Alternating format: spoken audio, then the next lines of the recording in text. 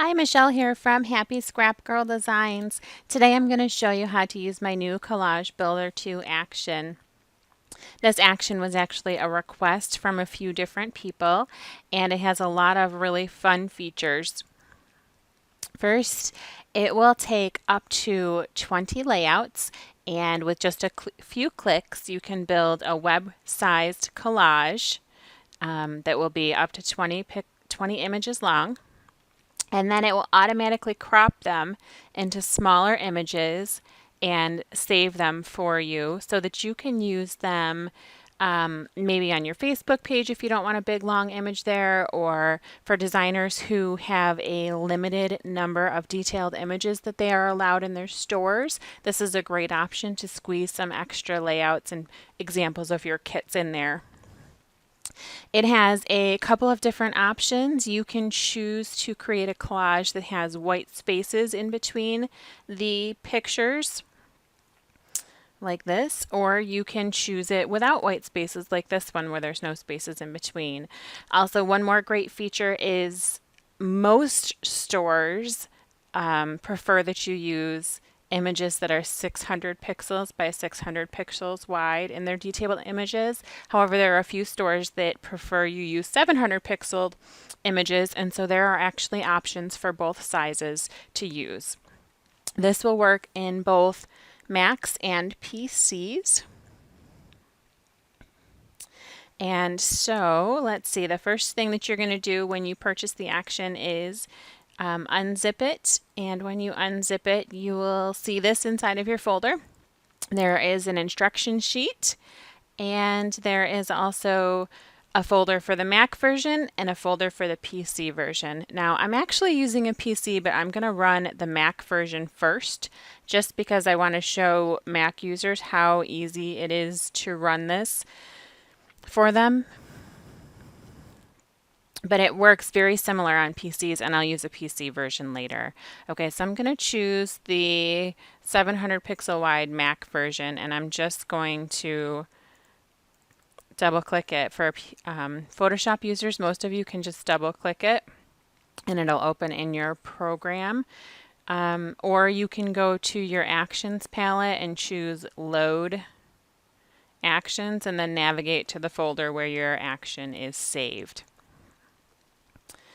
Okay, so for my first example, I am going to choose, just to show you how quickly you can build a 20 image collage, I'm going to do the 20 image with white spaces. And I actually have some numbered images like these ones right here that I'm going to use for this first collage. So you can see here, this is the Collage Builder 2 700 pixel wide for Mac, and then here there's options for collages with white spaces, and then there's options for collages without white spaces. I'm choosing the one with the white spaces, and I want to choose 20 images. Now when you run the action, I'll show you right here, just click play. And it is going to tell you that you need to select 4 images, and you can use your command key for a Mac or your control key for a PC to select multiple images. Now, if you add more than 4 images or less than 4 images, you're going to get an error and you'll have to start the action over. So you're always going to need to add 4 images. Even if you're running the 20 image collage, you're still going to have to add 4 images 4 at a time. And the reason I did this is I thought that it would give you a little bit more control over where you place those images. Okay, so I'm going to go to my test images here, and I have them numbered 1 through 4, and I'm just going to select them. Now, if you want your layouts to go into your collage in a very specific order, go ahead and renumber them or alphabetize them, or however you want to do it, so that they will go right in the right spots. Otherwise, you can just go ahead and add them, and you can rearrange them at some point during the action. Okay, so I'm opening the first 4, and it's placing them on there. I'm going to add 4 more.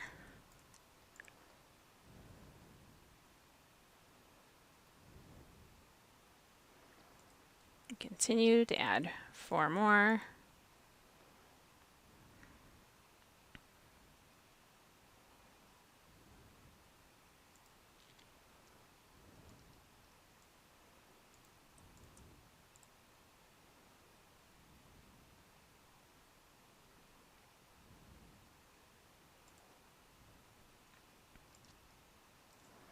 And the last 4 here.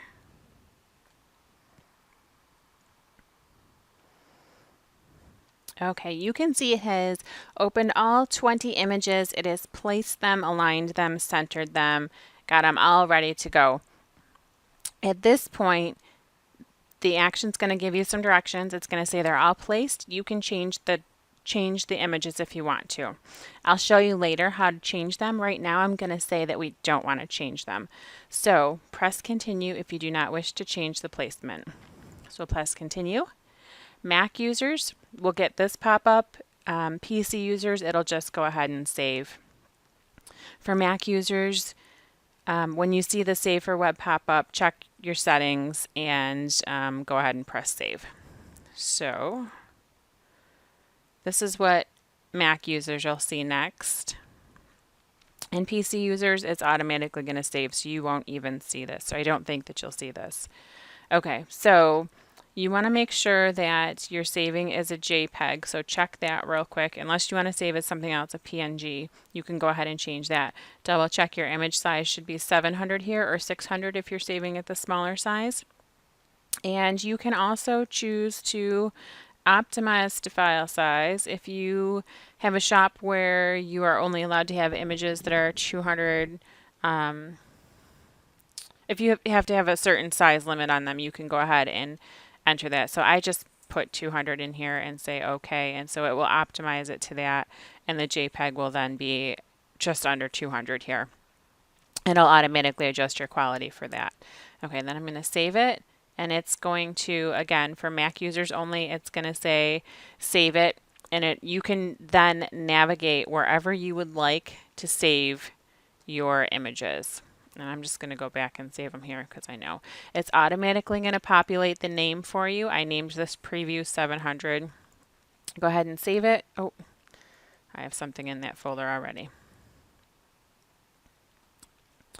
So then once you've done it once, you should be able to just continue to hit save really quickly through them. That's going to crop it. See how it cropped it down to the smaller size image here? And then it's going to save it as preview 700A, 700B, 700C, and so on. And you can just click save through these once it's done the first one, because it'll automatically save them in the same spot. Now, Mac users, again, you're going to get this additional pop-up. PC users, it's just going to go right through this, and I'll show you a PC version in a few minutes. You're now going to be prompted to save your layer file, choose PSD or TIFF to retain the layers. So this one, the last pop-up, it's going to take you to wherever you're getting your images from. So if you want to change it and direct it to wherever you were before, like I want to put this in my PNG layers folder, then I can go ahead and do that. And thank you for using this action. Okay, so now I'm going to go to the folder where I saved everything, and it has a PSD version of the full preview. I could have also chosen a TIFF if I wanted to, so it continued to remain layered. This is a web ready 700 pixel long collage. If I look here, you can see it's huge. Okay, and then it broke all the other ones up into smaller with 4 images in each collage. And those are great to add to your shop. Okay, now I'm going to show you it with some actual layouts. I'm going to delete all of those. And I'm going to close this. And I am going to choose, so I'm going to delete all these. Okay, now I'm going to choose the PC version, so PC users can see how quick that goes, and I'm going to choose the 600 pixel wide this time. because that's what my store allows. And I am going to use some images that I got from my good friend Cheryl of Fiddle DD Designs. She has recently put out some new template packs, Fuss Free Hip to Be Square 3 and Fuss Free Hip to Be Square 4, and her CT put together some beautiful pages for her, and she has graciously allowed me to use her team's pages as examples for my collage builder. So thank you to Cheryl and thank you to her team. They're using various kits from the Scrap Orchard store. Oh, PC users, one thing. Before you run this, you need to go to, let's see, Windows Explorer, go to Computer, your C drive, and make a new folder here and call it PNG layers. Anyone who's used my saving actions before, you probably already have this folder. If you don't have this folder and you're a PC user, you have to make it or the action won't know where to save the files automatically. Mac users, you don't need to create the file because you can control where it's going to put it. PC users, you can use the Mac version of all of these actions. You just have to keep pushing enter, and it's probably just easier to make this little folder here and then push enter once and it will just automatically save them here and you can grab them from there. Okay, so I'm going to close this out. Okay, so I'm going to push play on the 12 images 600 pixel wide collage without the white spaces, and it says please select 4 images and hold your control key or your command key or your shift key if they're all in a row to select multiple images. Look how pretty these pages are from her team. I know they're going quickly, but you'll be able to see them more a little bit. I'm going to grab 4 more.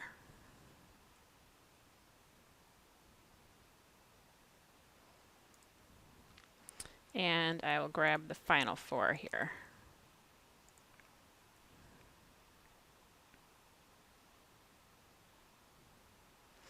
Okay, now all of your images has been placed and you can change the placement of the images. This is where I'm going to show you how to do that. But first I want you to see how quickly it placed all of those images, put them right in the right spot, lined them all up. But you know what? I'm looking at it and I might, if I were the designer, might want to change this because it looks like the same kit was used for these 2 layouts. And I might want to separate them a little bit and move them around. So I'm going to push stop to stop the action. And if this is, you want to check to make sure that your, go to view, show, guides. And then you also want to go to view, snap to guides. And this will make sure that when you're moving your images around, they click right into place. Okay, so I'm going to pick this image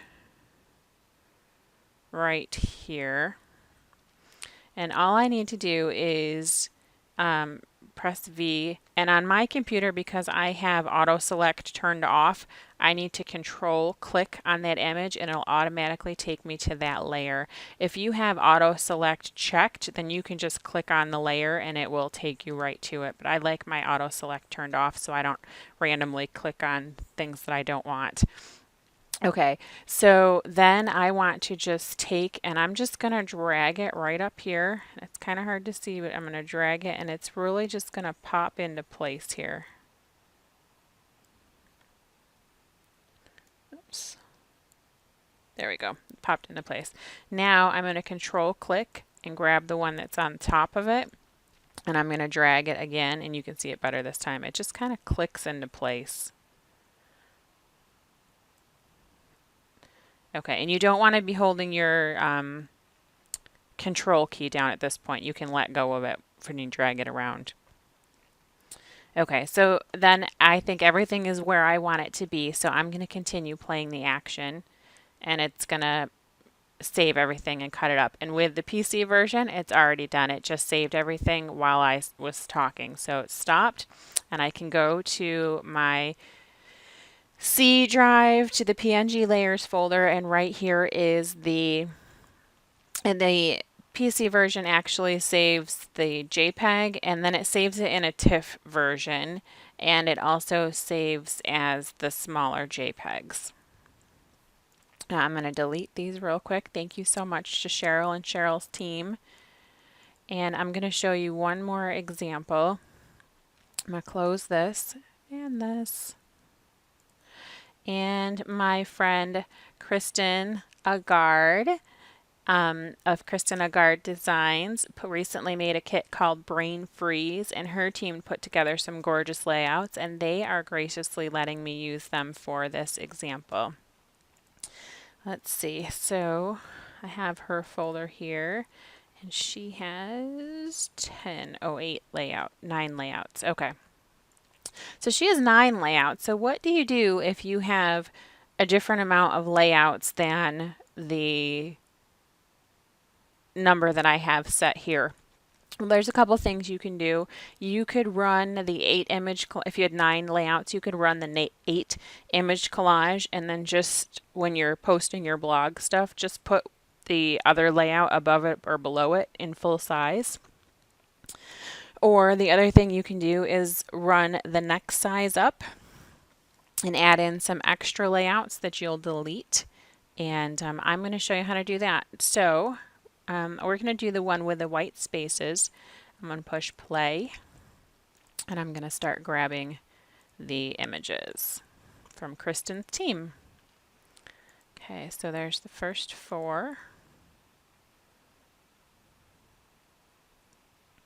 And see how it centers them and leaves that white space in there? Actually, it leaves an empty space. You could put whatever color you'd like behind it. Okay, and then I'm going to select 4 more.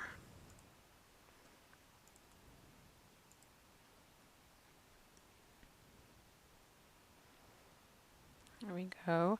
Then it says select 4 more, but I only have 1 more that I really want on here. So I'm just going to grab a couple more just so that I have 4 so it doesn't stall up the action. And I can delete those extra ones without a problem. Okay, so here's the 12. I'm going to push stop so that I can rearrange them at this point. And I'm going to control click on the image, this image, and I don't want the preview on there, so I'm actually going to delete that. And I'm going to control click on this one and control shift click on this one and delete both of those. And I'm left with this one here. And this one, I actually want to move it up and center it in this row. So what I'm going to do is control click on this one, and my guides are visible, and you can snap. I have snap to guides turned on, so I can move this up. Oops. Oh, I grabbed that little center thing. Okay. And I can snap it over here. The problem is, though, when you snap the ones that have the white spaces, I'll zoom in here so you can see this better. You actually snap it to the grid and it's no longer centered. So I have extra white space over here and no white space over here, and that is not what I want. So what you can do is you can take your marquee tool, which is M on your keyboard, and use your grids and select the area that you want to center it to. Now if I were only centering it to the square, then I would select this area, but I actually want to center it over the whole area, so I'm just going to grab both sections. Now make sure I'm still on the layer that I want to move, and then press V on my keyboard. You can see the marching ants around the area that I want to center it to. This layer selected, and I'm going to choose align to my horizontal and vertical centers here. And it will, if you click on those, it will automatically align it right to that. Okay, Control D, and it's centered.